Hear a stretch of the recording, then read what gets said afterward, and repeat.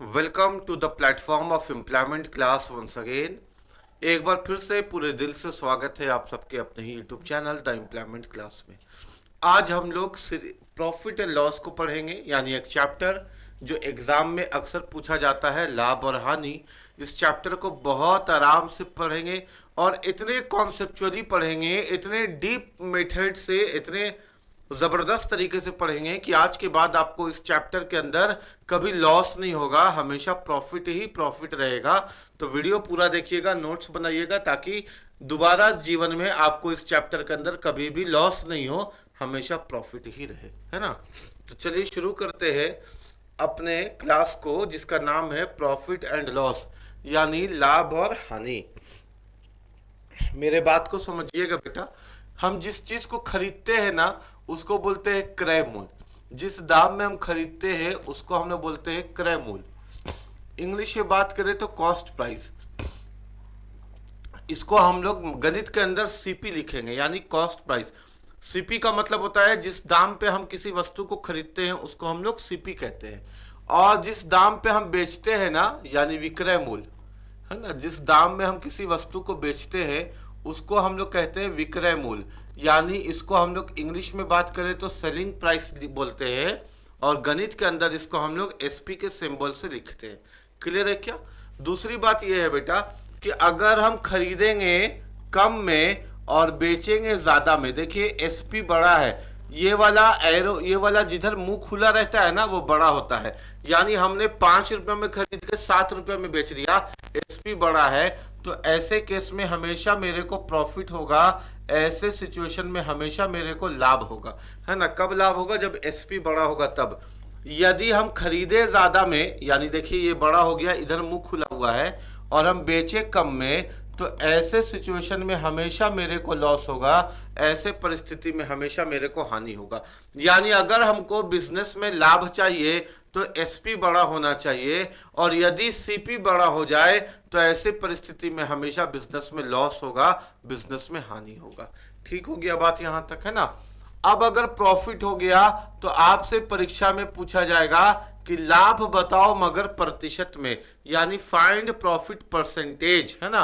तो profit percent निकालने का तरीका यह है कि हम प्रॉफिट को ऊपर लिखते हैं, क्रय मूल्य को नीचे लिखते हैं और इंटू 100 लिख देते हैं, यानी प्रॉफिट बाई सीपी इंटू 100। ये बाय डिफॉल्ट नीचे हमेशा क्रय मूल्य आएगा, क्योंकि लाभ की कैलकुलेशन या बिक्री की कैलकुलेशन हमेशा क्रय मूल्य पर किया जाता है। कभी कभी स्पेशल केस का क्वेश्चन बन जाएगा, यानी वो कहेगा कि लाभ की प्रतिशत की गणना करो, कैलकुलेट करो प्रॉफिट परसेंट को बिक्री मूल्य पर। अगर वैसा क्वेश्चन कह दिया, यानी लाभ के प्रतिशत को कैलकुलेट करने बोला, लेकिन एक पॉइंट उस पर ऐड कर देगा कि बिक्री मूल्य पर सेलिंग प्राइस पे लाभ की कैलकुलेशन करो, तो यहाँ प्रॉफिट बाई एसपी हो जाएगा। यानी अगर मेरे को कह दिया कि प्रॉफिट परसेंट निकालो एसपी पर, किस पर निकालो बेटा? बिक्री मूल्य पर, तब हम लोग प्रयोग करेंगे profit by selling price into 100। इन दोनों बातों का ध्यान रखना है अपने को, है ना। इसके बाद अगर हम लोग आगे बात करें तो केवल प्रॉफिट तो बिजनेस में होता नहीं है सर, लॉस भी हो जाता है। तो लॉस भी निकालने का तरीका है लॉस बाई सीपी इंटू 100, यानी एकदम क्वेश्चन आसान रह गया। बोला कि हानि की प्रतिशत निकालो, तो हानि बेटा क्रय मूल्य गुने 100। लेकिन अगर परीक्षा बोल दिया कि हानि की प्रतिशत निकालो बिक्री मूल्य पर, लॉस परसेंटेज ज्ञात करो एसपी पर, तो फिर loss by selling price into 100 हो जाएगा। ये दोनों स्पेशल केस का क्वेश्चन है, हम लोग इस पे ध्यान देंगे। आगे क्वेश्चन हमको मिलेगा भी, उस पे ध्यान देंगे कि लॉस परसेंटेज कभी कभी एसपी पर भी निकालना पड़ जाता है ना, कभी कभी एसपी पर भी निकालना पड़ जाता है लॉस परसेंटेज। इस पर भी हम लोग ध्यान देंगे, कोई दिक्कत वाली बात ही नहीं है। ठीक हो गया बात यहां तक। आगे बात करें, अगर आगे हम बात करें तो देखिएगा, याद रखिएगा, सीपी यानी cost price is always 100%, is always 100%। इस बात का ध्यान रखेंगे बेटा कि हमारा जो क्रय मूल्य है वो हमेशा 100% होता है। हम किसी वस्तु को 5 रुपया में खरीद के लाए या 7 रुपया में खरीद के लाए, उसका क्रय मूल्य हमेशा 100% ही कहलाता है। उसका क्रय मूल्य हमेशा 100% ही कहलाता है, हम किसी वस्तु को कितना भी रुपया में खरीद के लाए। अब मेरे बात को समझिएगा, एक और बात, सीपी बराबर एसपी इंटू 100 बाई प्रॉफिट या लॉस परसेंट, है ना। ये क्या है, सीपी या एसपी निकालने का तरीका, सीपी या एसपी निकालने का तरीका, है ना। कभी भी परीक्षा में आपसे पूछा जाए क्रय मूल्य ज्ञात करें या बिक्री मूल्य ज्ञात करें, तो क्रय मूल्य या बिक्री मूल्य ज्ञात करने के लिए हम लोग प्रयोग करते हैं क्रय मूल्य बराबर बिक्री मूल्य गुने 100 बटा लाभ या हानि का प्रतिशत, है ना। लाभ या हानि का प्रतिशत का मतलब यह है कि अगर परीक्षा के दिए गए सवाल में लाभ का प्रतिशत है तो नीचे लाभ का प्रतिशत आएगा, हानि का प्रतिशत है तो नीचे हानि का प्रतिशत आएगा। इतनी बातें तो हम लोगों को समझ में आ गई। अब दूसरा बात समझिएगा, हमने आपको बताया कि सीपी यानी क्रय मूल्य हमेशा 100% होता है, 100%। इसका मतलब यह है कि हम किसी भी वस्तु को कितना रुपया में भी खरीद के लाए, हम कहेंगे कि वो 100% में हमने खरीद के लाया। अब जब हम उसको बेचेंगे तो दो बातें हो सकती है, या तो हम उसको प्रॉफिट में बेचेंगे या तो हम उसको लॉस में बेचेंगे, और बहुत बार रेयर केस में होता है कि जितने में लाए उतने ही में बेच दिए, तो वो तो 100% का लेकर ला करके 100% में बेच दिए। लेकिन अगर मेरे बात को समझिए कि कहा है क्वेश्चन में कि 10% का लाभ हुआ बेचने पर, इसका मतलब ये हुआ कि सीपी तो 100 ही था बेटा, अब बेचने पे 10% का लाभ हुआ, इसका मतलब बेचने वाले ने अपना सीपी 100 रुपया पहले निकाला और उसके ऊपर 10 रुपया ऐड ऑन कर दिया, यानी 110। 5% का लाभ का मतलब 105, 6% के लाभ का मतलब 106। प्रतिशत में लाभ जब भी होगा 100 में प्लस करेंगे।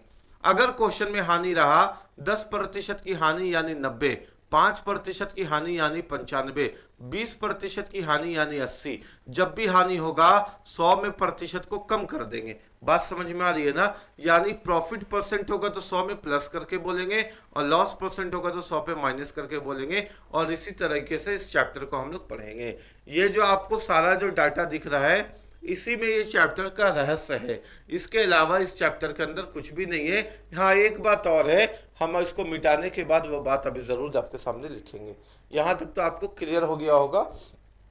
आप चाहें तो इसका स्क्रीनशॉट भी ले लें या व्हाट्सएप के ग्रुप में ऐड हो जाए, जहां पे आपको पूरा कंप्लीट पीडीएफ मिलता रहे, है ना। ग्रुप में ऐड होने के लिए नंबर आपका स्क्रीन पे यहाँ मेरे आता होगा, आप इस पे ऐड हो जाइएगा, आपको कंप्लीट पीडीएफ भी मिलता रहेगा। अब आगे की कहानी ये है कि कभी कभी परीक्षा में जो क्वेश्चन आएगा उसके अंदर क्या होगा कि एक ही क्वेश्चन के अंदर दो बार लाभ का प्रतिशत दिख जाएगा, प्रॉफिट परसेंट और फिर प्रॉफिट परसेंट। तो ऐसे केस में हमेशा इसका अंतर निकालेंगे। कभी कभी दो बार हानि दिख जाएगा, लॉस परसेंट फिर लॉस परसेंट, ऐसे केस में भी इसका हमेशा अंतर निकालेंगे। कभी कभी क्या होगा कि वस्तु को लाभ के प्रतिशत में बेचेगा फिर हानि के प्रतिशत में बेचेगा, तो ऐसे केस में इसका योग निकालेंगे। या पहले हानि के केस में बेच देगा फिर लाभ के प्रतिशत में बेच देगा, ऐसे केस में इनका योग निकालेंगे। कहने का मतलब है कि जब क्वेश्चन के अंदर दो बार प्रॉफिट परसेंट फिर प्रॉफिट परसेंट दे दे तो अंतर, लॉस परसेंट फिर लॉस परसेंट दे दे तो अंतर, प्रॉफिट परसेंट दे करके लॉस परसेंट दे दे तो योग, या लॉस परसेंट दे करके प्रॉफिट परसेंट दे दे तो भी योग, है ना। सेम सेम रहेगा तो अंतर करेंगे और डिफरेंट डिफरेंट रहेगा तो प्लस करेंगे। इस पे ध्यान देंगे हम लोग, ठीक है। अब यहां के बाद आते हैं क्वेश्चंस पे। आइए, यहां तक तो कॉन्सेप्ट हम लोगों ने समझा और सीखने की कोशिश किया। अब क्वेश्चन देखते हैं। कहता है एक आदमी ने 1000 रुपये में एक वस्तु खरीदी और 20% के लाभ पर बेच दी, बिक्री मूल्य ज्ञात करे। यानी एक व्यक्ति ने 1000 रुपया में एक वस्तु खरीदा और 20% के लाभ पर बेच दिया, बिक्री मूल्य ज्ञात करे। मेरे बात को समझिएगा बेटा, है ना। क्या बोला कि बिक्री मूल्य ज्ञात करें। अभी हमने बताया आपको, जब भी बिक्री मूल्य या खरीद मूल्य ज्ञात करने के लिए बोले, हम लोग यूज करेंगे CP is equal to SP into 100 by, क्योंकि इस क्वेश्चन के अंदर लाभ का प्रतिशत है तो नीचे हम ये लिख दिया प्रॉफिट परसेंट। ये होता है सीपी या एसपी निकालने का तरीका, सीपी बराबर SP into 100 by profit percent. देखिए मेरे बात को समझिए, एक आदमी ने, एक सेकेंड, हम क्वेश्चन यहां देख ले रहे हैं, है ना।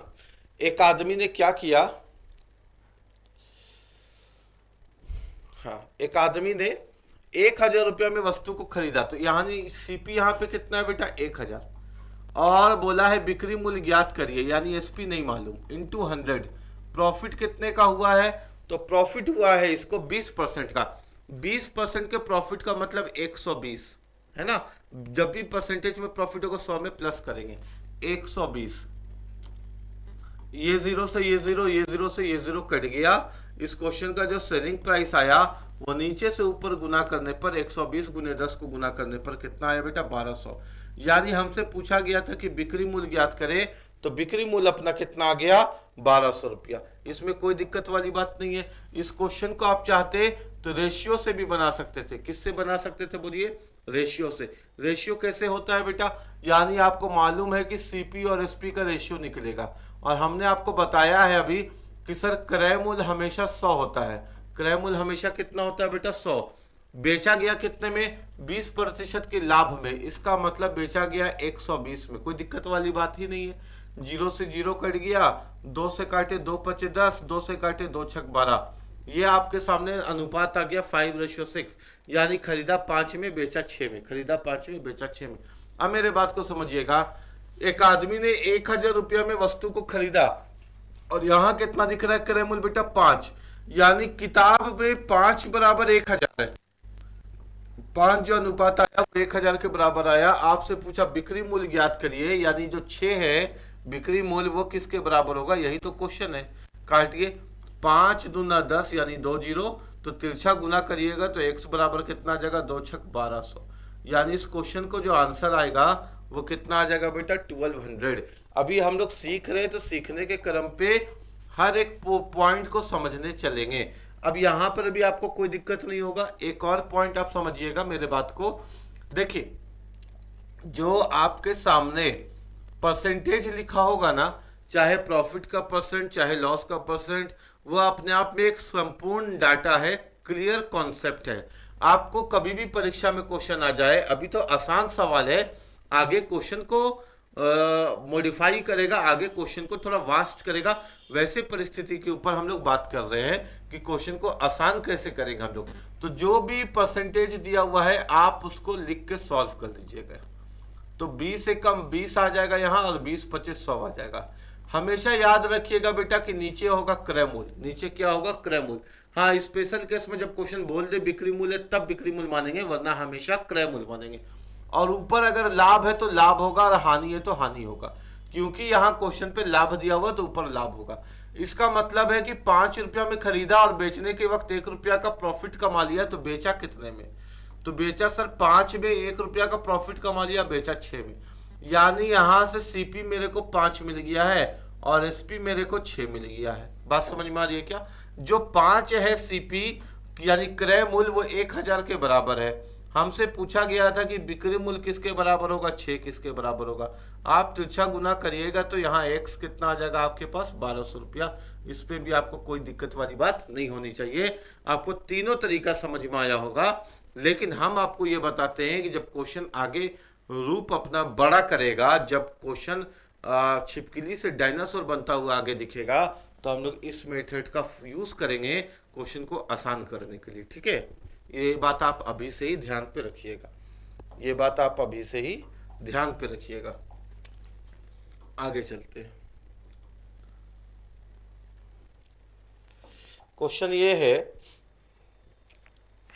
एक अलमारी को 10% के लाभ पर बेचने पर हमें 19,800 रुपये प्राप्त होते हैं, तो बताइए उस वस्तु का क्रय मूल्य क्या होगा। देखिए, हमने अलमारी को कितना में बेचा बेटा, 10% के लाभ। हम रेशियो मेथड यूज कर रहे हैं। ठीक है सर, 10% के प्रॉफिट पे बेच दिया। इसका मतलब ये हुआ कि 10 रुपया सीपी था, 1 रुपया प्रॉफिट कमाया, यानी क्वेश्चन में सीपी हमको 10 दिख रहा है, और जो बिक्री मूल्य होगा 1 रुपया प्रॉफिट कमाया, बिक्री मूल्य अपना 11 होगा। कोई दिक्कत नहीं है।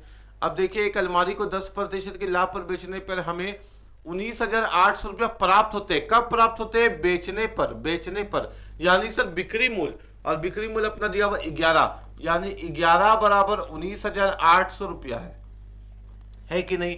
तो आपसे पूछा है कि बताइए वस्तु का क्रय मूल्य क्या होगा, और सीपी कितना है बेटा, रेशियो में 10, तो 10 बराबर कितना होगा, यही तो पूछा गया है। क्रॉस कीजिए, 11 कम 11, 11 88, 0 0, तो x बराबर हो गया सर नीचे से तिरछा गुना करने पर कितना 18,000। यानी इस क्वेश्चन का जो आंसर आएगा अपना वो आएगा कितना 18,000 है ना। हमने क्या किया कि रेशियो को सॉल्व किया। नीचे आता है सीपी, अगर लाभ है तो ऊपर आता है लाभ। तो सीपी 10 रुपया, 1 रुपया लाभ होगा बेचने पर, तो बेचा गया कितने में 10 + 1 11 में। 10 रुपया सीपी, 11 रुपया एसपी। किताब बोलता है एसपी 19,800 है, तो 19,800 11 के बराबर है, तो फिर क्रय मूल्य 10 जो है वो किसके बराबर होगा, यही तो पूछा गया था। ठीक है, बात यहां तक है ना, कोई दिक्कत वाली बात नहीं है, समझ में आया होगा आपको।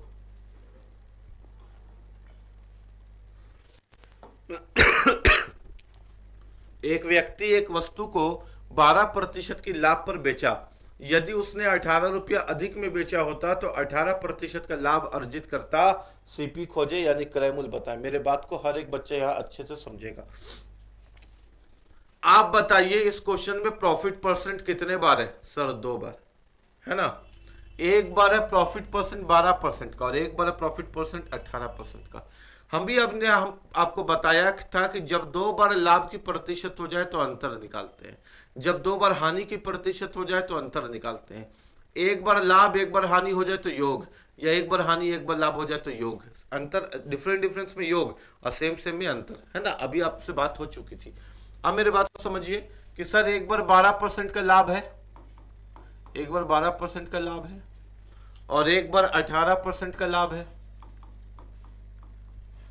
ठीक है, एक व्यक्ति ने एक वस्तु को 12% लाभ पर बेचा यदि उसने 18 रुपया अधिक। अब मेरे बात को यहां पर भी समझिएगा बेटा, कभी भी एग्जाम के अंदर गणित में मोर, लेस, लैंग्वेज है ना, लैंग्वेज की पहचान कीजिए, अधिक या कम लिखा हुआ आए, इसका मतलब होता है परिणाम। इसका मतलब होता है क्या बेटा? परिणाम, यानी रिजल्ट। और रिजल्ट हमेशा बराबर के दाईं तरफ लिखी जाती है। रिजल्ट हमेशा बराबर के राइट हैंड साइड में लिखी जाती है।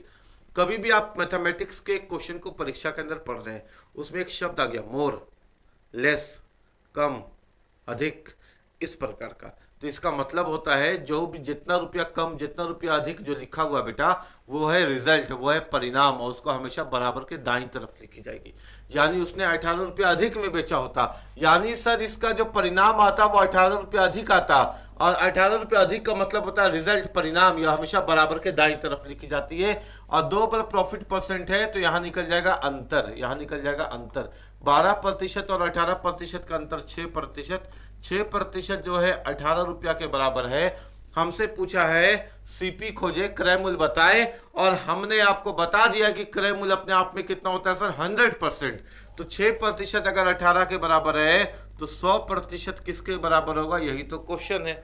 और हमको मालूम है सर कि इधर 6 का 3 गुना है, 6 का 3 गुना है तो 100 का 3 गुना कितना हो जाएगा बेटा? 300। और ये हो गया अपने क्वेश्चन का क्रय मूल्य कितना? 300। कितना हो गया बोलिए? 300। कोई दिक्कत वाली बात ही नहीं है ना, आपको समझ में आया होगा। यानी इस तरह का क्वेश्चन अगर एग्जाम में आ जाए तो आप इसको क्या करते हैं, आप देखते हैं 12% का लाभ और 18% का लाभ, यानी 2 लाभ का 2 बार लाभ है, 12% का प्रॉफिट है और 18% का प्रॉफिट है। आप निकालते हैं यहाँ पे अंतर।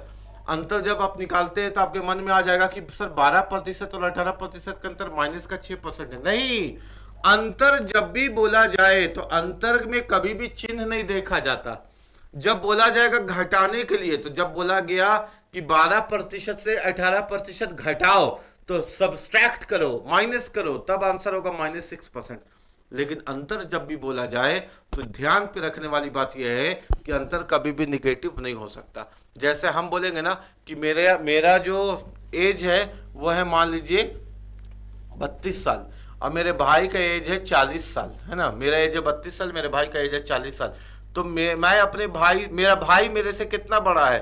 तो आप बोलिएगा सर 8 साल बड़ा है। ठीक है, 8 साल बड़ा है। तो ये जो 8 साल है, अगर हम पूछेंगे कि हम अपने भाई से कितने छोटे हैं, तो आप बोलिएगा 8 साल। तो क्या -8 है? नहीं, -8 का मतलब तो ये हो जाता कि अभी हमको जन्म लेने में ही 8 साल बाकी है, अभी हमको पैदा होने में 8 साल बाकी है। लेकिन जब भी हम अपने भाई और मेरे एज का अंतर देखेंगे, हम कोई भी निगेटिव में नहीं आएगा। आप और आपके दोस्त में 2 साल का अंतर है तो माइनस में कौन है? आप है या आपके दोस्त है? कोई नहीं हो सकता। मेरे ऑफिस से मेरा घर का दूरी 5 किलोमीटर के अंतर में है, तो माइनस में कौन है, मेरा घर या मेरा ऑफिस? कोई भी अंतर में नहीं हो सकता। बात समझ में आ रही है ना? अंतर कभी भी निगेटिव नहीं होता है, इस बात का हम लोग ध्यान देंगे। तो हमने आपको बताया कि अंतर निकालो, तो अंतर कितने का आ गया बेटा? अंतर आ गया यहाँ पे 6% का। और बोलता है कि 18 रुपया अधिक। सर अधिक का मतलब तो रिजल्ट होता है बराबर के, इधर लिखेंगे, यानी 6% 18 के बराबर है। आपसे पूछा गया सीपी खोजे क्रय मूल्य। अब क्रय मूल्य अपने आप में कितना परसेंट होता है? तो 100% होता है। तो 100% किसके बराबर है? यही तो क्वेश्चन है। सर 6 का 3 गुना है, 6 3 18, यानी 6 का 3 गुना है। अगर 6 का 3 गुना है तो इधर भी 100 का 3 गुना हो जाएगा, और क्वेश्चन का आंसर हो जाएगा सर 300। अब हमसे जीवन में कभी भी 2 बार परसेंटेज दे दे या कम या अधिक दे दे तो हमसे गलत नहीं हो सकता। सर आपने इस बात को समझा दिया, मेरा कॉन्सेप्ट मजबूत हो गया, अब हमको इस तरह के क्वेश्चन पे दिक्कत हो ही नहीं सकता। ये क्वेश्चन को आगे देखते हैं। क्वेश्चन हमारा आगे क्या कहता है? एक व्यक्ति ने एक वस्तु को 15% के लाभ पर बेचा। यदि उसने 24 रुपया कम में बेचा होता, कम का मतलब भी रिजल्ट है ना, 24 रुपया कम में बेचा होता तो उसे 5% की हानि होती।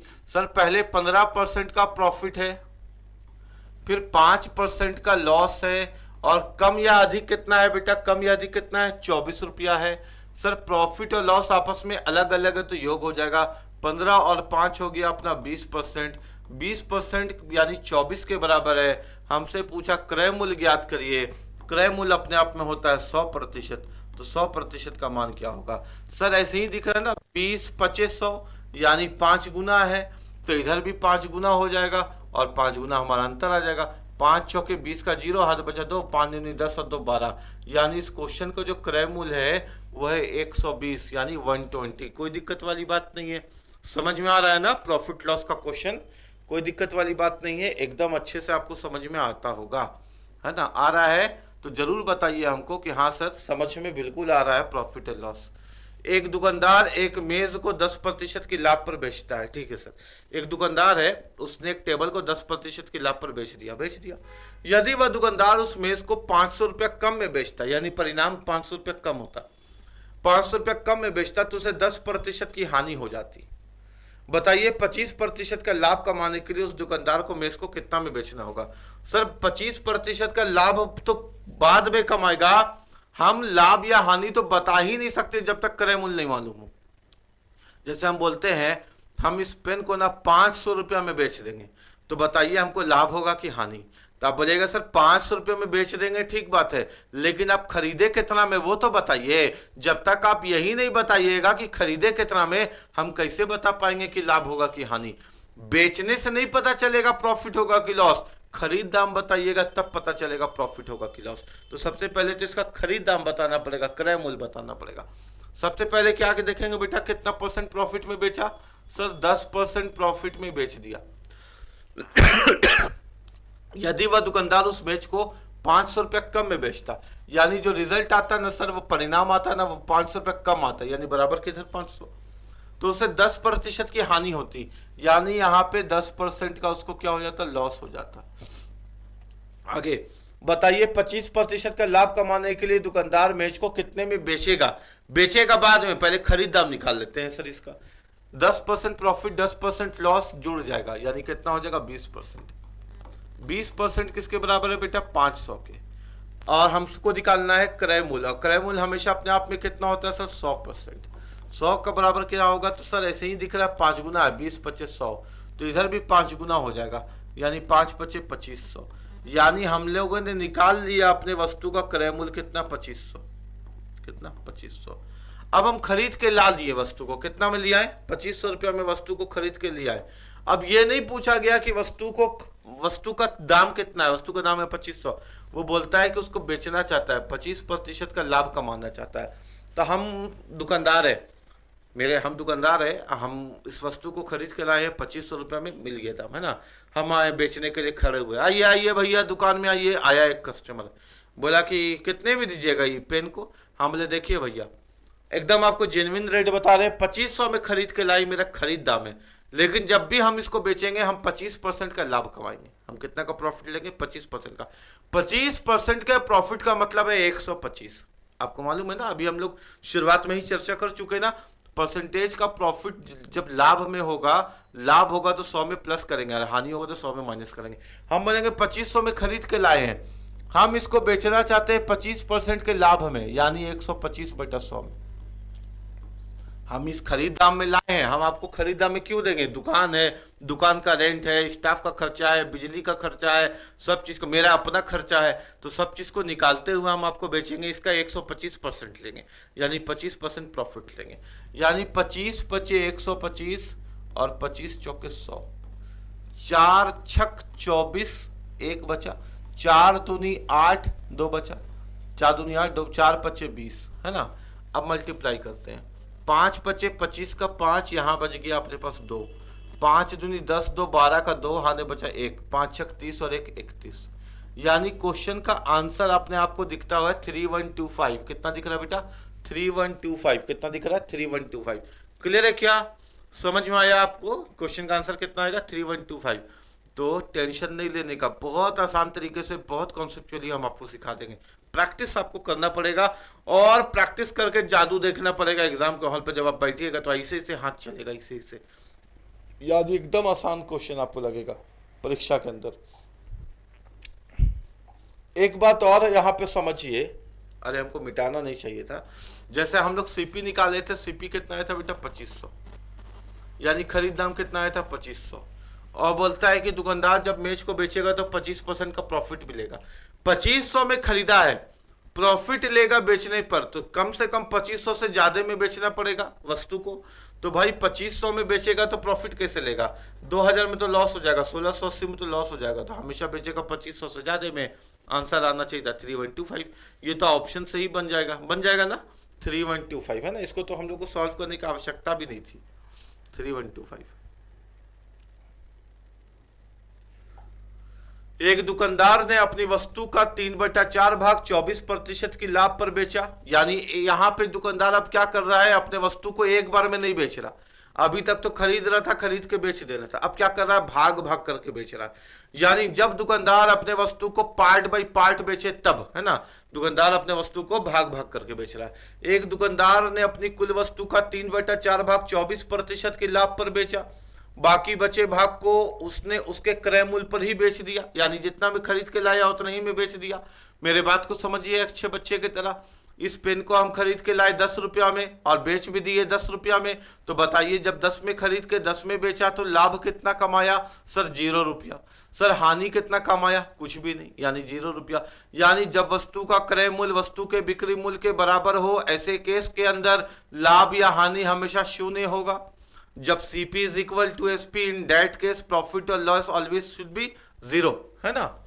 एक दुकानदार ने कुल वस्तु का 3/4 भाग बेच दिया। सर 3/4 भाग बेच दिया।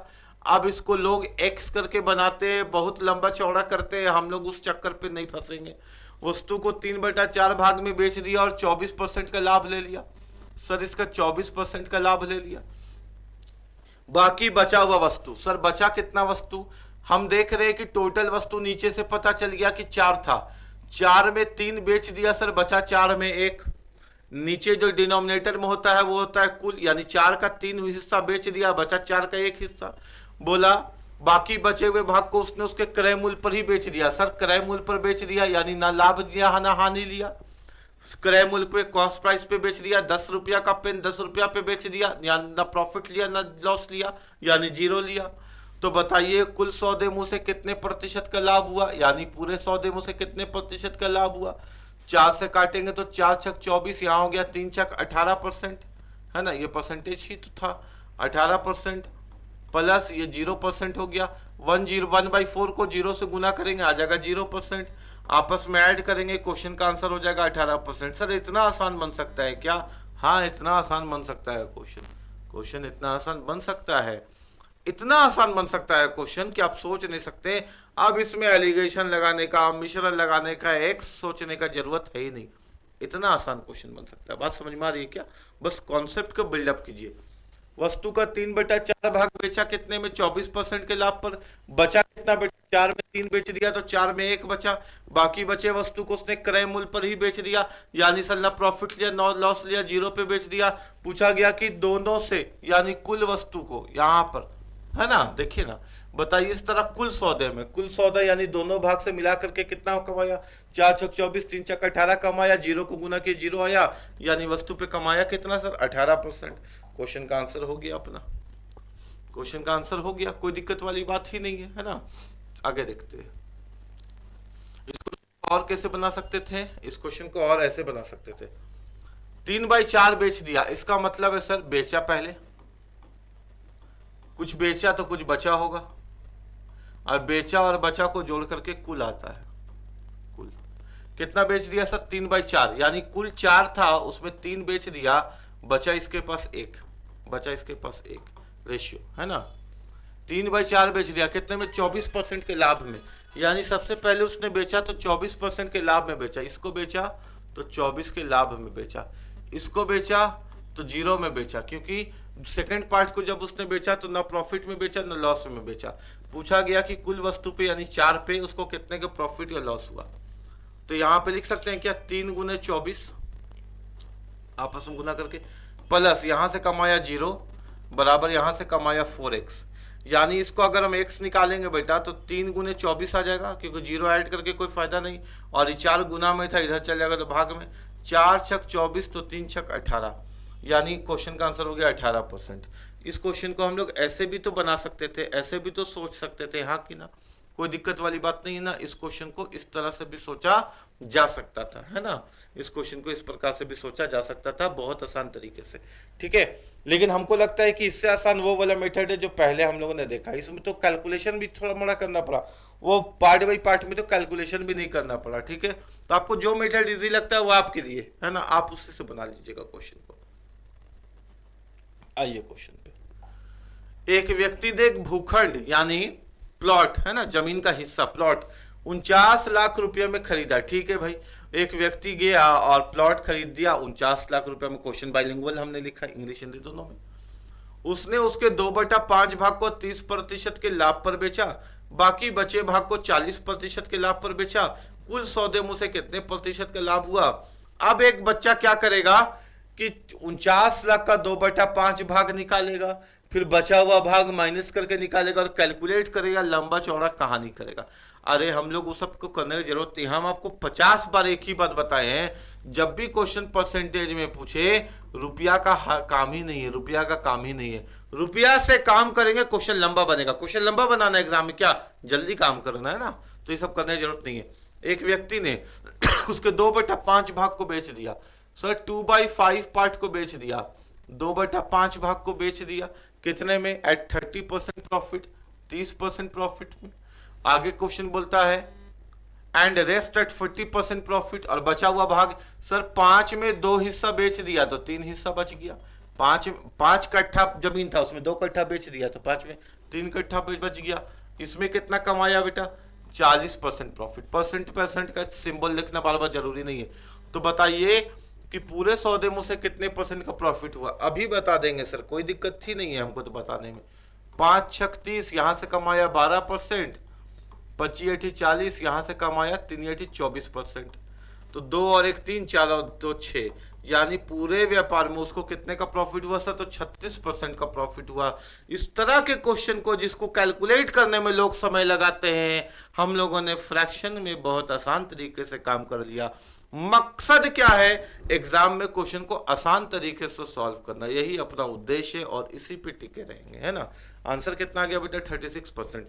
यानी जब आपको प्रैक्टिस हो जाए तो इस तरह के क्वेश्चन को तो आप ऐसे ही देखिएगा, ऐसे देखिएगा खाली, 2/5 बेच दिया, यानी 5 छक 30, यहां से कमा लिया 12, और यहाँ फिर बचा हुआ भाग 3/5 बचा, यहाँ से 25 40, यहाँ से कमा लिया 24, ऐड करेंगे 36, आंसर करके आ जाएगा। ऐसे बना सकते हैं ना, प्रैक्टिस के बाद कोई दिक्कत ही नहीं रहेगा आपको। तो समझ में आ रहा है ना, क्वेश्चन के कॉन्सेप्ट को आप सीख पा रहे हैं ना, प्रॉफिट लॉस।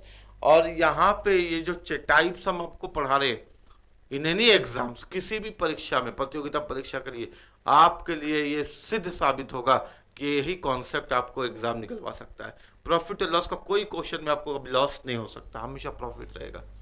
अमन कुछ वस्तुएं 480 में खरीदता है, ठीक है, खरीद लिया, उसने उसका 1/5 भाग 25% की हानि पर बेच दिया, पूरे पर 20% का लाभ कमाने के लिए उसे शेष को कितने प्रतिशत लाभ पर बेचना पड़ेगा। क्वेश्चन का थोड़ा सा टाइप बदल गया बेटा, गौर करिएगा। सर सबसे पहले रुपया उपया का तो काम हम लेंगे नहीं। उसने वस्तु का 1/5 भाग बेच दिया 25% की हानि में। 1/5 भाग बेच दिया 25% की हानि में। हानि में बेचा यानी -25, है ना बेटा, हानि में बेचा यानी -25, है ना। पूरे पर 20% का लाभ कमाने के लिए, यानी दोनों सौदे पर 20% का लाभ कमाने के लिए बचे हुए को कितने प्रतिशत में बेचेगा। सर बचा कितना, 5 में 1 बेच दिया तो 5 में 4 बचा हुआ है, इसको x में बेचेगा। और इस प्रकार पूरे में वो कितने का लाभ कमा लेगा, तो क्वेश्चन कहता है कि पूरे में वो 20% का लाभ कमा लेगा। पूरे में, इसका मतलब पूरे में मतलब इसका वाला और इसका वाला ट्रांजैक्शन को मिला करके पूरे में कितने का लाभ चाहिए, 20 का लाभ चाहिए। पहला वाला भाग बेचा तो 25 की हानि में बेचा, दूसरा वाला भाग वो लाभ में बेचेगा। क्यों, क्वेश्चन कह रहा है 20% का लाभ प्राप्त करने के लिए बचे हुए को कितने प्रतिशत लाभ पर बेचेगा, यानी जो दूसरा वाला हिस्सा, इसलिए यहाँ पे प्लस लिखे। अगर दूसरे वाले को भी हानि में बेचता तो माइनस लिखते। बचा हुआ हिस्सा 5 में 1 बेच दिया, 5 में 4 बच गया, इसको x में बेचेगा और इन दोनों से पूरे से वो 20% का लाभ कमाएगा, ऐसा क्वेश्चन कहता है। 5 बचे 25, यहां से आ गया अपने पास -5 प्लस 4x/5 बराबर 20। 4x/5 -5 उधर गया बेटा तो हो जाएगा 25। 4x बराबर नीचे से ऊपर तिरछा गुना किए तो 25 बचे 125, यानी x बराबर अपने को मिला 125 और गुना में 4 था, उधर गया तो बटा में 4 हो गया, यानी 4 छक नहीं होगा, सॉरी 4 तिया 12, यहां से बचा 5, है ना, 5 बचा तो फिर 4 एकम 4, यहां बचा 1, यानी 31 1/4%। कितना आ गया बेटा, 31 1/4%। सॉल्व कर लीजिएगा ना इसको, 31 1/4%। और ऐसे भी देखिए ना, यहीं पर आपको दिख जाना चाहिए था, x बराबर आया 125/4, पूरा पूरी कटेगा नहीं, फ्रैक्शन में 4 होगा, तो जिस ऑप्शन के फ्रैक्शन में 4 हमारा आंसर। पूरा तो सॉल्व कर सकते थे हम, लेकिन हमको दिख रहा है कि फ्रैक्शन में 4 है, तो जो ऑप्शन हमको फ्रैक्शन में 4 दिखाएगा वही तो हमारा आंसर होगा। ठीक है, कोई दिक्कत नहीं है, इस क्वेश्चन को भी आप सीख चुके होंगे। आगे देखते हैं। एक दुकानदार एक वस्तु को उसके अंकित मूल्य के 2/3 पर बेचता है। अंकित मूल्य, मार्क्ड प्राइस। कभी कभी क्या होता है, आप किसी वस्तु को लेने जाते हैं ना, मान लीजिए आप गए ये वाला बैट लेने के लिए, ये बैट लेने के लिए गए, ये बैट में ऐसे करके MRP लिखा हुआ है, यहां पे लिखा हुआ 300, तो जो स्टिकर उसमें चिपका हुआ है ना, जो स्टिकर इसमें चिपका हुआ है ना, यही होता है अंकित मूल्य, मार्क्ड प्राइस। तो आप गए दुकानदार से पूछे कि भैया एक अच्छा हमको MRF का बैट दिखाइएगा ना, तो दुकानदार बोला कि देखिए नहीं, बैट है, बहुत बेहतरीन बैट है, तो कितना दाम है, ये जो लिखा हुआ है इसमें दाम देखिए नहीं, स्टिकर लगा हुआ है भाई साहब 300 रुपया। तो आप क्या बोले कि भैया ये तो स्टिकर लेकर लगा हुआ, हम जान रहे 300 रुपया, दीजिएगा कितना में, ये बताइए दीजिएगा कितना में। तो दुकानदार बोला अरे भैया ऐसा बात है कि चलिए आपके लिए हम रेट लगा दे रहे हैं, ऐसे हम कम करते नहीं है, हम आपको 250 रुपया में दे देंगे। यानी जो स्टिकर लगा हुआ था ना बेटा, इसको बोलते हैं अंकित मूल्य, मार्क्ड प्राइस, अंकित मूल्य, और जिस पर दुकानदार राजी हो गया देने के लिए वह सेलिंग प्राइस यानी बिक्री मूल्य।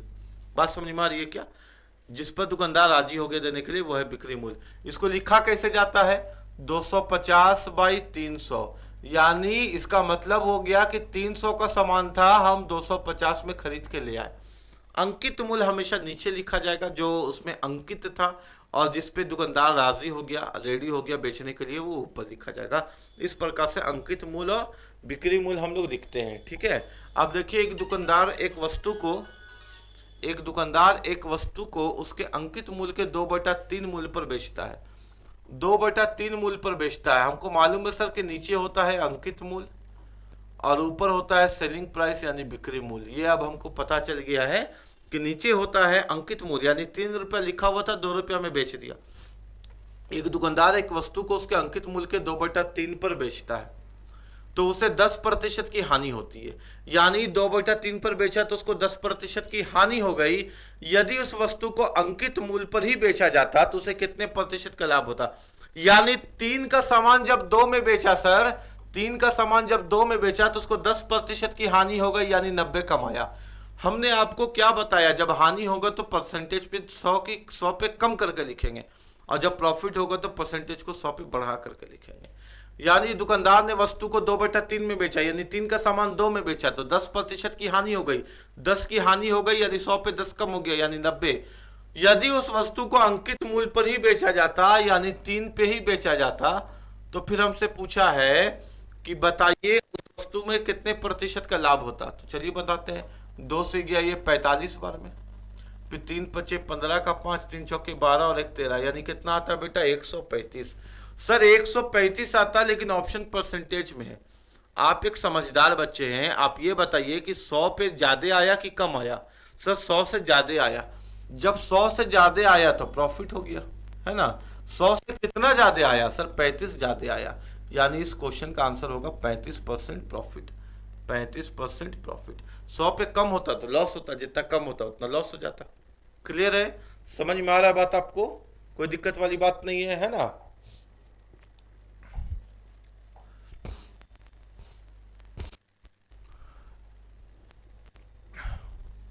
एक वस्तु को उसके अंकित मूल्य के 7/8 मूल्य पर बेचने से 5% का लाभ होता है। 7/8 पे बेचा, यानी 8 का अंकित मूल्य का सामान था सर, 7 पे बेच दिया, यानी जब 7 पे बेचा ना तो 5% का लाभ हुआ, यानी 105 कमाया। यदि उस वस्तु को उसके अंकित मूल्य पर ही बेच दे, यानी 8 पे ही बेच दे, अंकित मूल्य पर बेच दे, तो कितने परसेंट का प्रॉफिट होगा चलिए बता देते हैं। 7 से काटे 7 कम 7, 3 बचा, 7 बचे 35, फिर 8 बचे 40 का 0, 4 बचा, 8 4 12, 120। सर 100 पे कितना बढ़ के आया 20, तो 20% का प्रॉफिट होगा, 20% का प्रॉफिट होगा, 20% का लाभ होगा। ये रहा क्वेश्चन का आंसर। क्लियर है क्या बेटा, अंकित मूल्य वाला क्वेश्चन आपको समझ पा रहे हैं ना।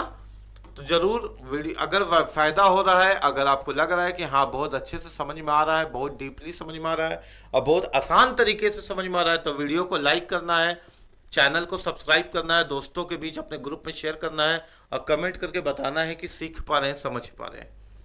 एक वस्तु को उसके अंकित मूल्य पर 10% की छूट देने के बाद 8% का लाभ होता है। बताइए यदि बट्टा, बट्टा का मतलब होता है डिस्काउंट, यानी छूट ना दिया जाए तो लाभ का प्रतिशत क्या होगा। एक दुकानदार के पास एक कस्टमर गया, बोला कि अंकल चॉकलेट का पैकेट दे दीजिए ना। तो बोला कि बेटा हम तो चॉकलेट का पैकेट है, लेकिन हम तुमको जब भी देंगे, चलो हम तुमको 10% का डिस्काउंट दे देते हैं। कितना का डिस्काउंट दे देते हैं, 10% का डिस्काउंट। आप ये बताइए कि डिस्काउंट किसी वस्तु को दाम को बढ़ाता है कि घटाता है। तो सर डिस्काउंट देने से वस्तु का दाम घट जाता है। वस्तु का दाम घट गया यानी परसेंटेज में कमी आ गई, यानी 10% का छूट का मतलब हो गया कि 100 का सामान अब 90 में मिल गया। छूट हो गया ना, कमी आ गई ना पैसा में, तो 100 का सामान 90 में मिल गया। 10% की छूट देने के बाद 8% का लाभ हुआ, कमाने वाले ने 108 कमाया। हम आपको 10 बार बताएं, परसेंटेज पे कभी 100 पे घटा के लिखो, परसेंटेज पे बढ़ोतरी 100 पे बढ़ा के लिखो। 90% 10% का छूट यानी परसेंटेज में कमी हो रही है। आप खुद सोचिए ना, आप किसी वस्तु को बेचने पे 10% का छूट दीजिएगा तो पैसा कम होगा कि नहीं। अब पैसा कम होगा तो 100 की जगह 90 होगा कि नहीं। अब प्रॉफिट होगा सामने वाले को 8% का, तो उसका पैसा बढ़ेगा कि नहीं। 8% का प्रॉफिट का मतलब 108 होगा कि नहीं। यदि छूट नहीं दिया जाता, इसका मतलब वस्तु को क्रय मूल्य पर ही बेच दिया जाता, यानी पूरे 100% पे बेचा जाता। तो फिर बताइए कि प्रॉफिट का परसेंट क्या होता। छूट नहीं दिया जाता, पूरा 100 में बेचा जाता। छूट दे दिया 10 का तो 90 में बेचा, 90 में बेचा तो 8% का प्रॉफिट कमाया, 108। छूट नहीं देता तो 100 पे बेचता। तिरछा गुना किया जाए, अच्छा तो लिख सकते हैं हम लोग इसको 90 इंटू एक्स बराबर 100 इंटू 108 लिख सकते हैं ना बेटा। 0 से 0 खत्म हो गया, 9 से काटे, 9 कम 9, 9 दूनी 18, तो x बराबर हो गया सर 120। 120 जो है वो 20% अधिक है, यानी इस क्वेश्चन में आंसर होता बिना छूट दिए प्रॉफिट कितना, 20%। इस क्वेश्चन का आंसर कितना होता, 20%। कोई दिक्कत वाली बात तो नहीं है, समझ में आया होगा आपको।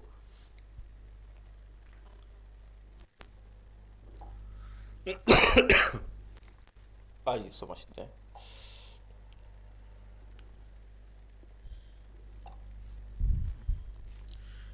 एक व्यक्ति दो वस्तुओं में से प्रत्येक को 4000 रुपये में बेचता है। एक व्यक्ति के पास दो वस्तु है, कितना वस्तु है, दो वस्तु, वो प्रत्येक को 4000 में बेचा, यानी पहली वस्तु को भी 4000 में बेचा और दूसरी वस्तु को भी 4000 में बेचा।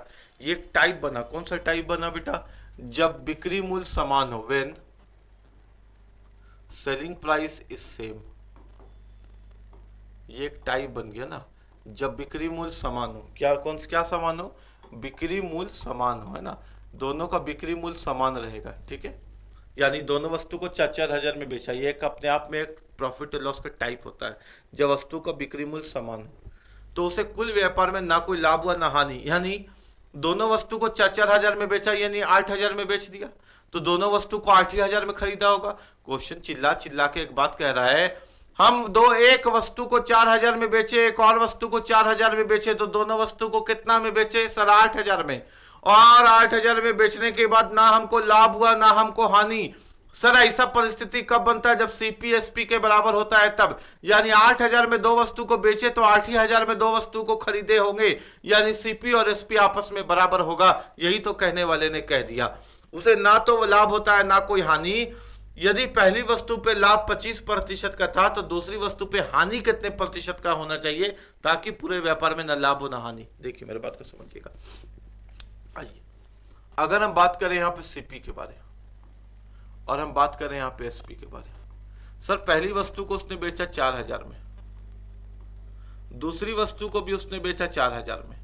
क्वेश्चन खुद कह रहा है कि एक व्यक्ति ने दो वस्तु प्रत्येक को 4000 रुपए में बेचा, उसे व्यापार में ना लाभ होगा ना हानि, यानी सर उसका टोटल जो बिक्री मूल्य है वो 8000 है और ना लाभ होना चाहिए ना हानि, यानी उसका क्रय मूल्य भी टोटल 8000 होना चाहिए।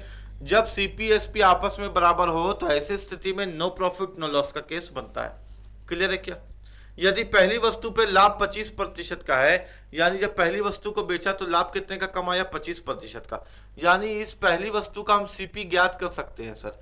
और हमको मालूम है सर फॉर्मूला, हमको क्या मालूम है सर, फॉर्मूला हमको मालूम है सर कि सीपी बराबर होता है एसपी इंटू 100/प्रॉफिट%। इसके मदद से हम क्या कर सकते हैं, पहली वस्तु का कॉस्ट प्राइस ज्ञात कर सकते हैं। सर पहली वस्तु का कॉस्ट प्राइस ज्ञात कर रहे हैं, सीपी बराबर एसपी अपना दूसरे वस्तु का कितना है, पहली वस्तु का बेचा गया 4000 रुपये में इंटू 100, और प्रॉफिट कितने का हुआ, प्रॉफिट कितने का हो रहा है पहली वस्तु में 25% का। 25% का मतलब होता है 125। अभी ठहरिएगा, इस क्वेश्चन को हम ऐसे क्यों बना रहे हैं, क्योंकि हम आपको सिखाना चाह रहे हैं कि क्वेश्चन क्या कह रहा है। नहीं तो ऐसा कोई क्वेश्चन जन्मा ही नहीं है गणित के अंदर जिस क्वेश्चन को हम आसान नहीं कर सकते, यानी डायरेक्ट हम नहीं बना सकते, ऐसा कोई क्वेश्चन आज तक जन्मा ही नहीं है मैथमेटिक्स के अंदर। ठीक है, आपको हम इस मेथड से इसलिए सिखा रहे हैं कि आपका कॉन्सेप्ट मजबूत हो कि क्वेश्चन क्या कह रहा है। जब कॉन्सेप्ट मजबूत हो जाए, आपके दिमाग में बात फिट हो जाए कि क्वेश्चन क्या कह रहा था, उसके बाद बोलेंगे इस क्वेश्चन को ऐसे बनाना बेटा, परीक्षा के अंदर इतना समय नहीं लेना, क्वेश्चन को देखते साथ उड़ा देना। लेकिन सीखना पड़ेगा, समय देना पड़ेगा, समझना पड़ेगा ना। तो हम यहां से सीपी ज्ञात कर सकते हैं ना बेटा, सीपी बराबर एसपी इंटू 100/प्रॉफिट%। आइए ज्ञात करते हैं। 25 चौके 100, 25 25 125, 5 से काटते हैं, 25 8 40, 8 चौके 3200, यानी सर पहली वस्तु का क्रय मूल्य भी हमको ज्ञात हो गया, कितना 3200, और दूसरी वस्तु का क्रय मूल्य हमको ज्ञात करना है, ये भी बहुत आसान है।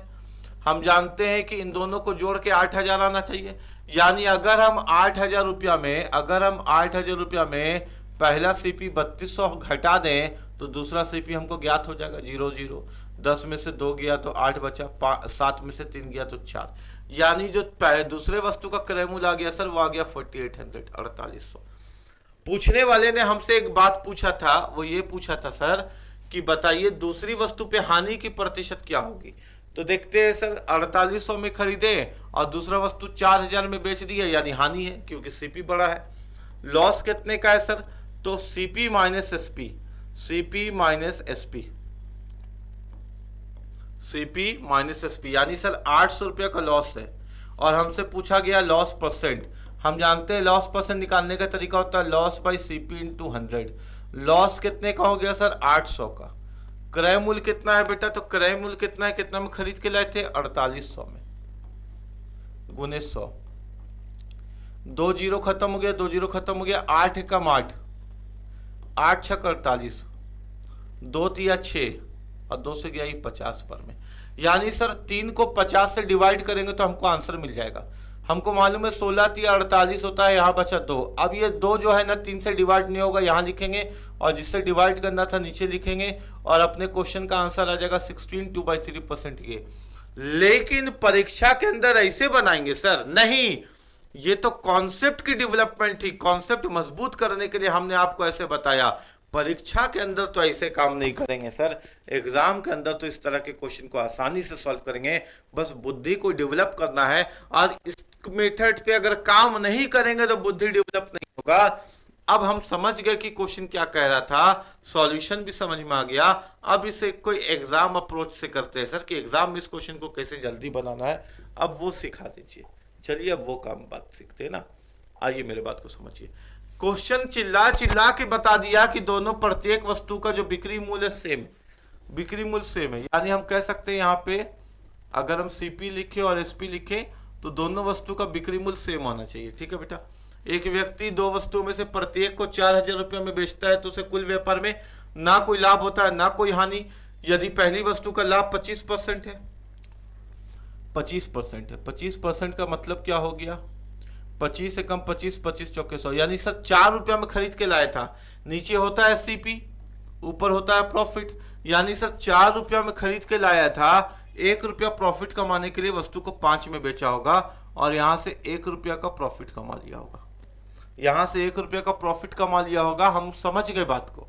समझ गए ना बात को आप? 25% का प्रॉफिट का मतलब यह हो गया बेटा 25 चौके 100। नीचे होता है क्रय मूल्य, ऊपर होता है लाभ। 4 रुपया का सामान है, 1 रुपया लाभ लेने के लिए 5 में बेचा होगा।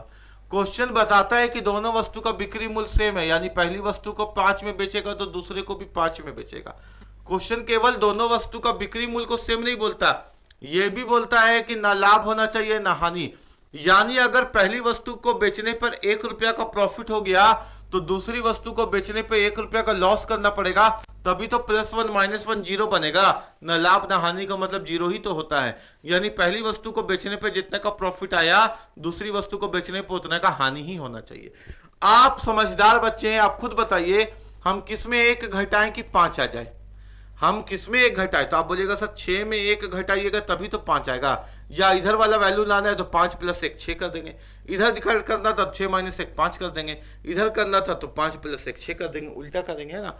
यानी 6 में खरीदे होंगे, 5 में बेचे, तभी तो 1 का लॉस हुआ। हमसे पूछा गया था कि बताइए जरा, क्या बताइए दूसरी वस्तु पे हानि का प्रतिशत क्या है? सर हानि का परसेंट होता है दूसरी वस्तु पे हानि बटा क्रय मूल्य गुने 100। यहां तो हमको साफ साफ दिख रहा है सर हानि 1 का हुआ है, क्रय मूल्य 6 है अपने पास, गुने 100।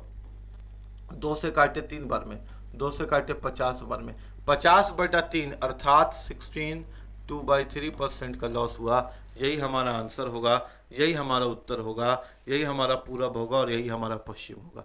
सीख पा रहे हैं क्या? समझ पा रहे हैं क्या?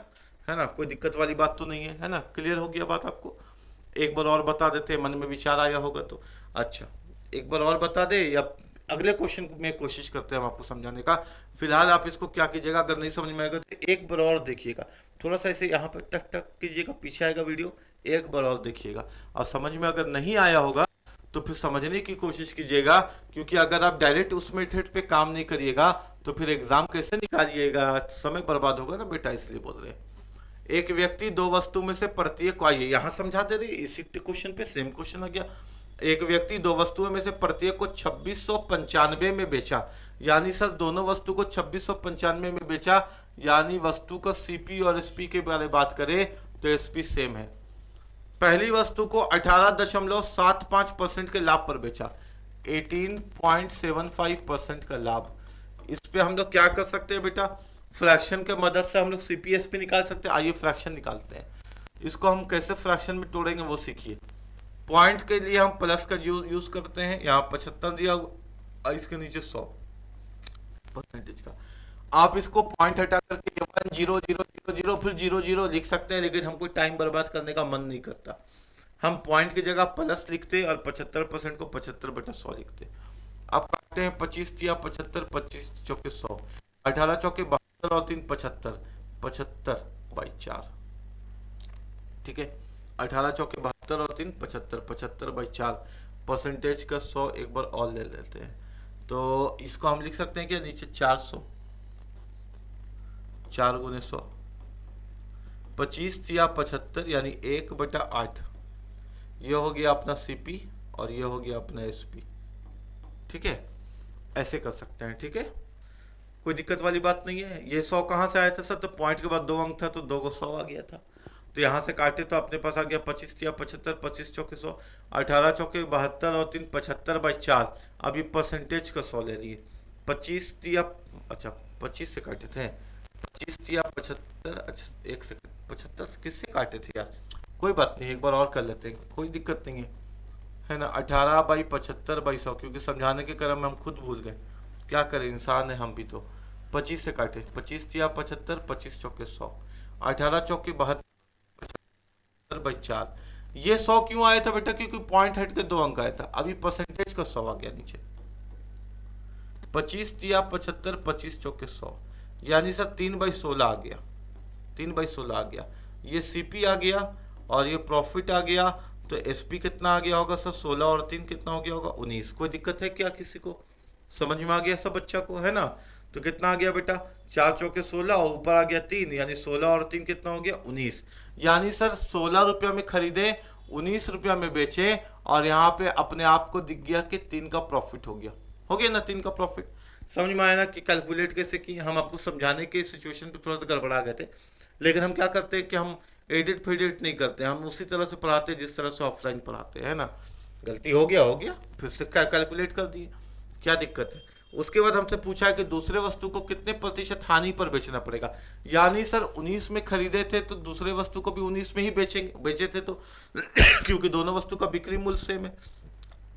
दूसरे वस्तु को कितने प्रतिशत हानि पर बेचना पड़ेगा? यदि कुल लेन देन में ना प्रॉफिट है ना लॉस, यानी अगर यहाँ 3 का प्रॉफिट हुआ ऐसा तो यहाँ 3 की लॉस तो होनी ही चाहिए।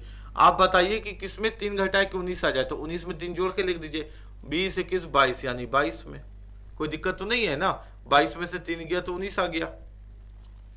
अब हमसे पूछा है लॉस का परसेंट, तो सर लॉस परसेंट होता है loss by CP into 100। Loss कितने का दिख रहा है बेटा? 3 का। सीपी कितना है? 22 का इंटू 100। ठीक है, काटिए, 2 से गया तो 11 बार में, 2 से गया तो 50 बार में, तो 3 पचे 15, यानी 150/11%। डिनोमिनेटर में 11। अब इसको सॉल्व कर लेंगे, आपको जो आएगा वो आपका आंसर हो जाएगा। ठीक है, आप इसको सॉल्व तो कर ही सकते हैं, कोई इश्यू नहीं है ना? आप इसको सॉल्व कर सकते हैं ना? यहाँ पे जो ऑप्शन आपको दिख रहे हैं उस पर सॉल्व करके ले आइएगा, आंसर आ जाएगा। कहने का मतलब है कि जब भी बिक्री मूल्य सेम होगा हम इस क्वेश्चन को इस प्रकार से बना सकते हैं, कोई दिक्कत वाली बात नहीं है। आइए आगे क्वेश्चन पे चलते हैं। ये आप कैलकुलेट कर लीजिएगा 11 से 150 को। ठीक है, वो आपका जिम्मेदारी है।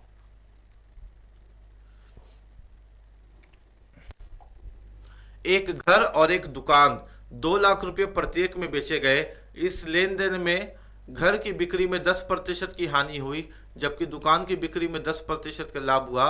पूरे लेन देन का परिणाम क्या है? आइए समझते हैं। एक घर और एक दुकान 2 लाख रुपया में प्रत्येक में बेचे गए, यानी दोनों का सेलिंग प्राइस सेम है सर।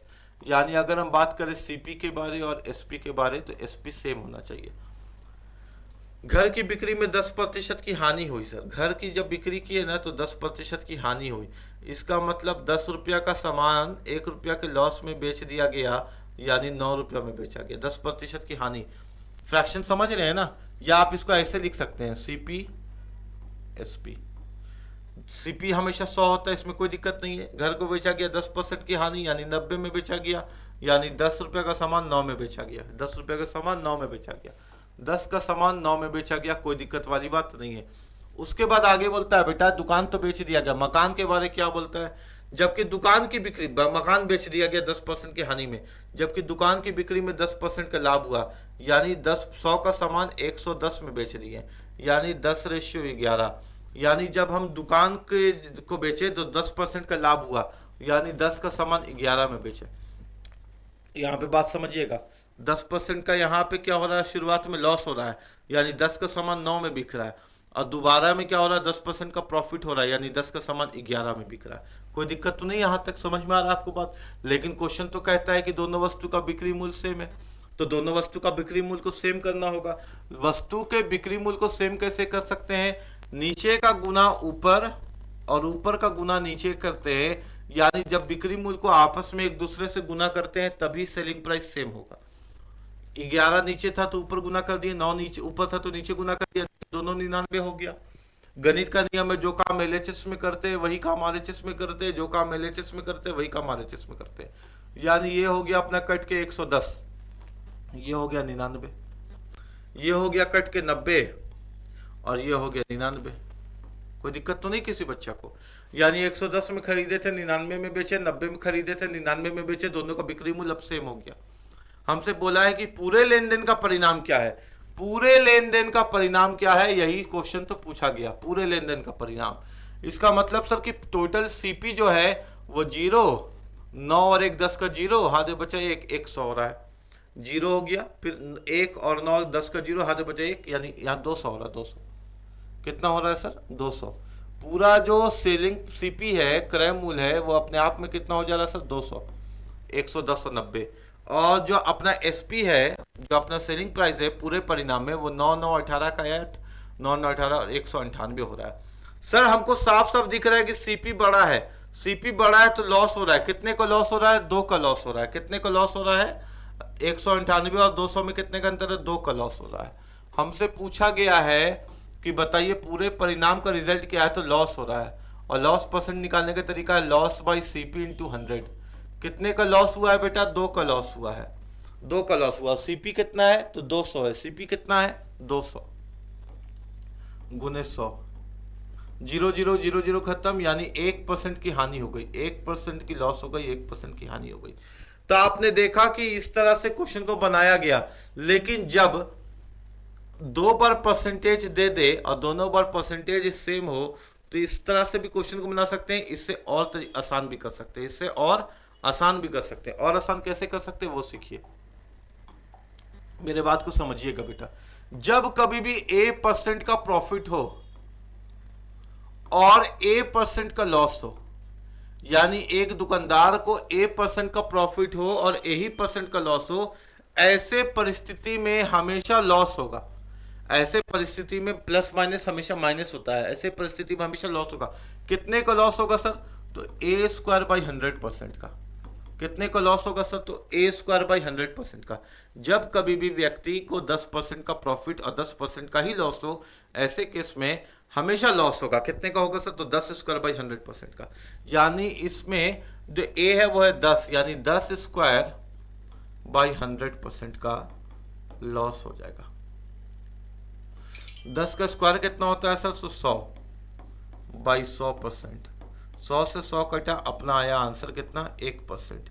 यानी ऐसे परिस्थिति में हमेशा लॉस होगा 1% का। कोई दिक्कत वाली बात है ही नहीं। बात समझ में आ रहा है ना? आप में से भी बहुत सारे बच्चों का फोन आ रहा है। अगर हम फोन नहीं उठा पा रहे तो इसका मतलब ये है कि अभी हम ऑनलाइन क्लास ले रहे हैं लाइव, है ना? तो इस कारण हम फोन नहीं उठा पा रहे। तो अगर हम फोन नहीं उठा पा रहे तो आप समझ जाइए कि हम अभी क्लास में, ठीक है? हम क्लास के बाद आपको कॉल बैक कर देंगे। फिलहाल हम अभी पढ़ाने में ध्यान दे रहे हैं, आपको खुद पढ़ने में ध्यान देना चाहिए। तो कितना का लॉस हो गया बेटा? 1% का लॉस हो गया। कोई दिक्कत नहीं है ना? तो जब भी हो कि इतने ही परसेंट का प्रॉफिट, इतने ही परसेंट का लॉस, हमेशा लॉस होगा। कितने का लॉस होगा? तो जितना परसेंट दिया हुआ उसके ²/100% कर देंगे, लॉस निकल जाएगा। क्लियर है बात? आइए क्वेश्चन देखते हैं। बोलता है 15 वस्तुओं का क्रय मूल्य 10 वस्तुओं के बिक्री मूल्य के बराबर है, प्रतिशत क्या है? क्वेश्चन कहता है कि 15 वस्तुओं का क्रय मूल्य, कितने वस्तुओं का क्रय मूल्य? 15 वस्तुओं का क्रय मूल्य किसके बराबर है? तो 15 वस्तुओं का क्रय मूल्य हमारे 10 वस्तुओं के बिक्री मूल्य के बराबर है। तो आपसे पूछा गया है कि बताइए जरा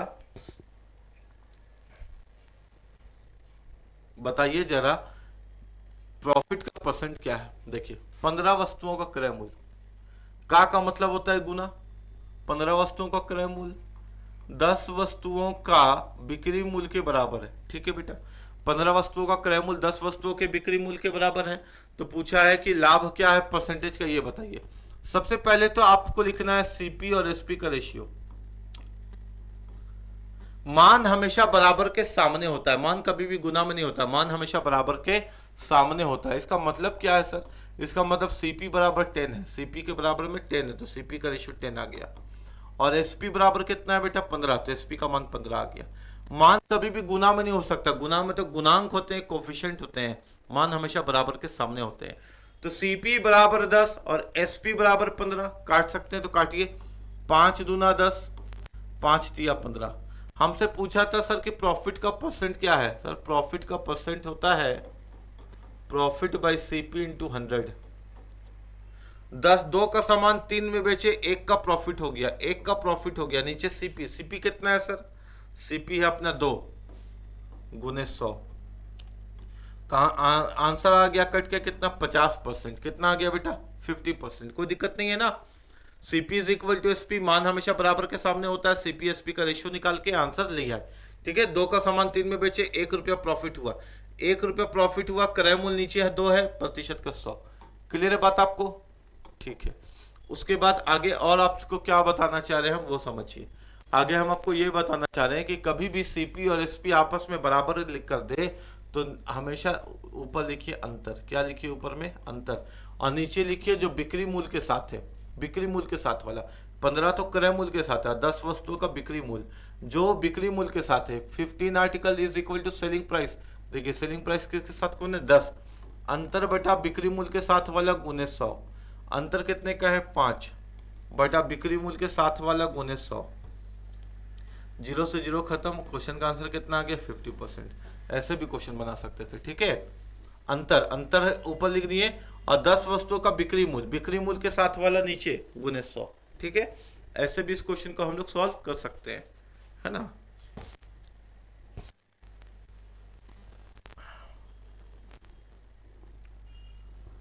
क्वेश्चन है बेटा 70 किसी वस्तु के क्रय मूल्य का 70%, क्रय मूल्य के 70% बिक्री मूल्य के 40% के बराबर है, बिक्री मूल्य के 40% के बराबर है। तो लाभ या हानि का प्रतिशत ज्ञात कीजिए। आइए पहले सीपी निकालते हैं और फिर एसपी निकालते हैं। सर सीपी बराबर है 40% और एसपी बराबर है 70%। परसेंट से परसेंट कटा, 0 से 0 कटा, सीपी 4 हो गया, एसपी 7 हो गया। 4 का सामान 7 में बेचे, प्रॉफिट 3 आ गया। अब हमको निकालना है प्रॉफिट परसेंट, तो प्रॉफिट बाई सीपी इंटू 100 है कि नहीं? प्रॉफिट 3 का, सीपी कितना बेटा? 4। 4 से गया ये 25 बार में और 25 या 75%। क्वेश्चन का आंसर कितना आ गया सर? 75%। इसको और हम लोग कैसे बना सकते थे सर? तो अंतर, अंतर कितने का आ रहा है देखिए तो जरा पे, तो 70 और 40 पे कितने का अंतर है बेटा? 30 का अंतर है। नीचे हमेशा बिक्री मूल्य के साथ वाला, बिक्री मूल्य के साथ है, बिक्री मूल्य का 40, बिक्री मूल्य के साथ है 40 गुने 100। 0 से 0 गया, 4 से गया 25 बार में और 25 दिया कितना हो गया? 75%। क्वेश्चन का आंसर कितना आ गया? 75%। किसी को कोई दिक्कत नहीं है? सबको समझ में आ गया? ठीक है,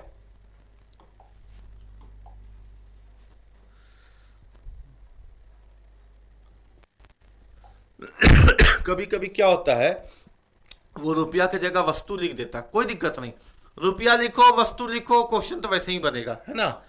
तो 66 पेन बेचने पर एक आदमी को 22 कलम के बिक्री मूल्य के लाभ प्राप्त होते हैं। कितना कलम बेचा? 66 कलम बेचा, यानी बेचा तो सेलिंग प्राइस, कितना सेलिंग प्राइस? 66। और 66 कलम बेचने पर आदमी को 22 कलम के बिक्री मूल्य का लाभ प्राप्त हुआ, यानी प्रॉफिट कितना आया बेटा? 22। कोई दिक्कत तो नहीं किसी को? क्या होता है कि कभी कभी वो पैसा की जगह वस्तु लिख देता, लिखने दो, जो लिखा हुआ लिखने दो, हमको तो यूनिट का मतलब है। यहाँ पे मतलब है 66 कलम को बेचने पर, बेचा तो सेलिंग प्राइस 66 और यहाँ लाभ, लाभ कितने का आया? 22। सर लाभ आया, इसका मतलब बिक्री मूल्य बड़ा होगा। प्रॉफिट कब आता है सर? प्रॉफिट आता है एसपी माइनस सीपी से, ये तो प्रॉफिट का फॉर्मूला होता है। प्रॉफिट आया है सर 22, एसपी है 66, तो सीपी निकाल सकते हैं ना? सीपी कितना आ जाएगा? 44। कोई दिक्कत तो नहीं? सीपी कितना आ जाएगा? 44। 66 उधर जाएगा तो घटेगा ना, 66 माइनस 22 माइनस 44, माइनस माइनस कटेगा तो सीपी 44। और ऐसे भी सोच सकते थे, सोचने का पैसा थोड़ी लगता है। क्या सोच सकते थे?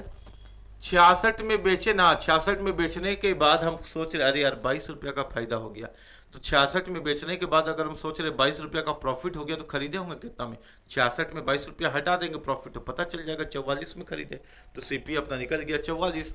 हमसे पूछा प्रॉफिट परसेंट ज्ञात कीजिए। प्रॉफिट परसेंट का मतलब प्रॉफिट बटा सीपी गुने 100, 22 दूना 44 और 2 से गया कितने बार में 50%। प्रॉफिट कितना आ गया बेटा 50%। कोई दिक्कत वाली बात ही नहीं है ना, ये भी आपको समझ में आ गया होगा।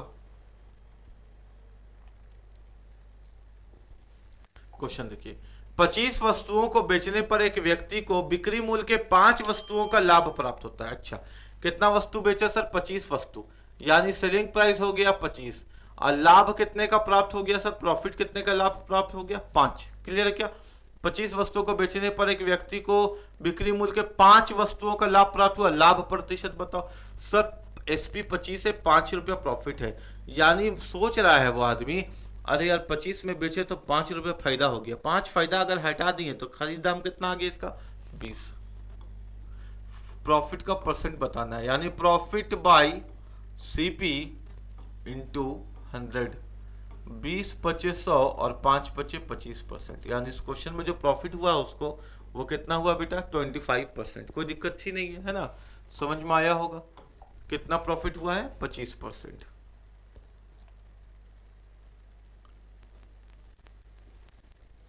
कभी कभी क्या होता है कि हम किसी वस्तु को इतना रुपये में बेचते हैं तो इतना लाभ होता है, और इतना में बेचते तो इतना हानि होता है, तो लाभ और हानि बराबर हो जाता है। कभी कभी देखिए, किसी वस्तु को 524 रुपये में बेचने पर उतना ही का लाभ होता जितना 452 रुपये में बेचने पर हानि होती है।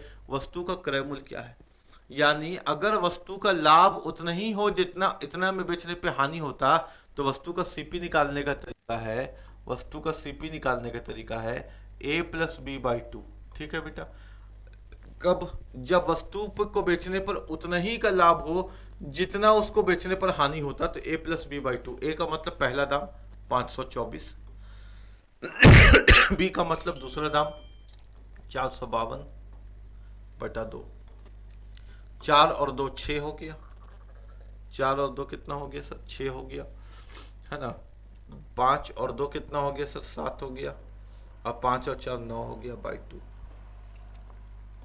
2 चौके 8, 1 बचा, 2 8 16, 1 बचा, 2 8 16, 488। कितना आ गया? 488। यानी किसी वस्तु को बेचने पे उतना ही का लाभ हो जितना का हानि होता, तो a प्लस बी बाई 2 का प्रयोग करके हम लोग क्वेश्चन का क्रय मूल्य निकाल लेते हैं। यानी इस क्वेश्चन का सीपी कितना निकल गया? 488 रुपीज, है ना, इतना निकल गया। ठीक है,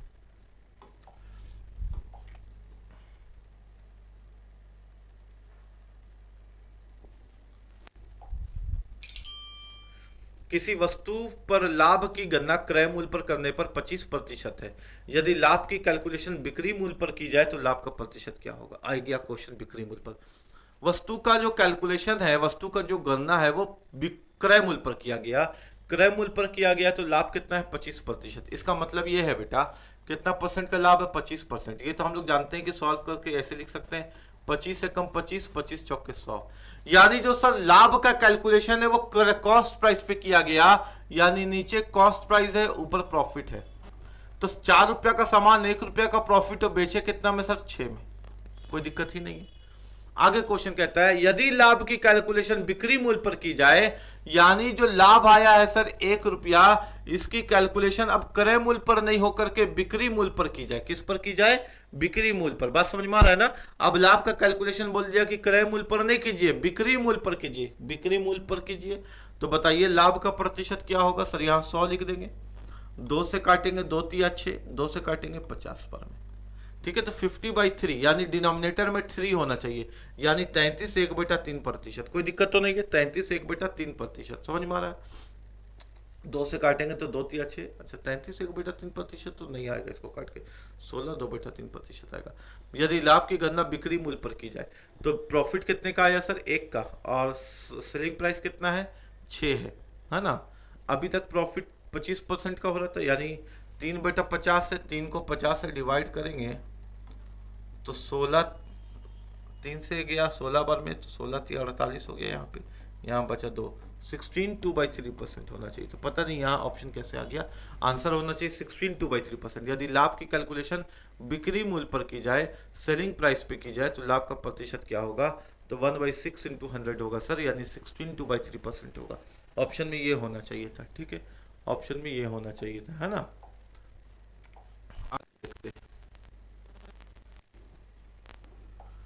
यदि क्रय मूल्य पर लाभ की गणना की जाए तो लाभ 12 है। लाभ की गणना बिक्री मूल्य पर करने पर परसेंटेज बताइए। देखिए मेरे बात को समझिएगा, 12 12 दूनी 24 और 25 बाई 2 प्रतिशत का 100, 25 चौके 100, 1/8। ये तो सर लाभ है ही, है ना। यदि क्रय मूल्य पर लाभ की गणना की जाए, और ये सर सीपी है, तो एसपी कितना हो जाएगा सर, 8 और 1 9 हो जाएगा। इस पे भी कोई दिक्कत नहीं, 8 और 1 9 हो जाएगा।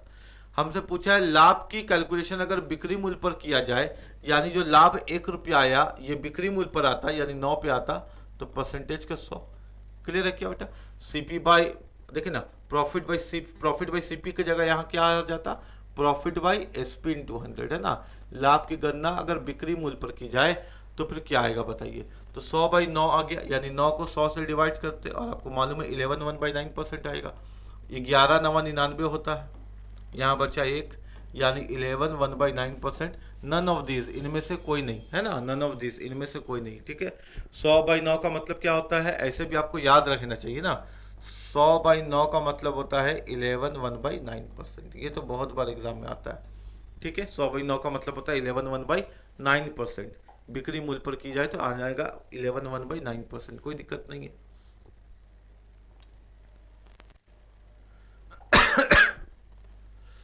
यहाँ पे 1/5 गलती से लिखा हुआ है, असल में यहाँ पे 1/2 होना चाहिए। ये क्वेश्चन में 1/2 होगा, है ना, 12 1/2, ठीक है, ये होगा, इसको ध्यान रखिएगा। एक व्यक्ति लाभ की गणना बिक्री मूल्य पर करता है, यानी अब यह आदमी क्या किया कि लाभ का जो कैलकुलेशन है वो किस पर कर दिया, बिक्री मूल्य पर कर दिया, 12 1/2%। बात को समझिएगा, 12 दूनी 24 और 1 25 बाई 2 प्रतिशत का 100, 25 से कम 25, 25 चौके 100, यानी 1/8। सर ऊपर प्रॉफिट तो होता है, नीचे हमेशा सीपी होता है, लेकिन यहाँ एसपी होगा। क्यों एसपी होगा सर, क्योंकि एक व्यक्ति लाभ की गणना किस पर करता है सर, बिक्री मूल्य पर करता है, तो उसको लाभ होता है 12 1/2% का। बात समझ में आ रहा है ना।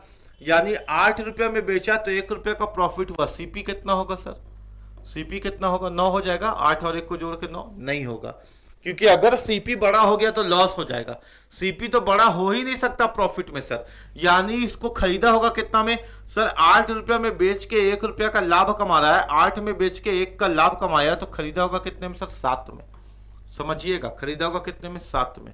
हमसे बोला है कि यदि इस गणना को क्रय मूल्य पर करता, यानी प्रॉफिट का परसेंट वो किस पे करता, प्रॉफिट का परसेंट वो सीपी पर करता, तो कितने प्रतिशत का लाभ होता सर, 1 रुपया तो कमाया और सीपी पे करता 7 पे करता, यानी बेटा 100, यानी 100/7। 100/7 यहाँ दिख रहा है साफ साफ, 100/7%। उम्मीद है कि यहाँ तक आपको चीज़ें बहुत अच्छे से समझ में आई होगी। प्रॉफिट एंड लॉस के इतने सारे टाइप्स आपने पढ़ा हमसे, आपने सीखा होगा। आपको करना है रिवीजन, तभी मिलेगा परीक्षा में डिवीजन, है ना।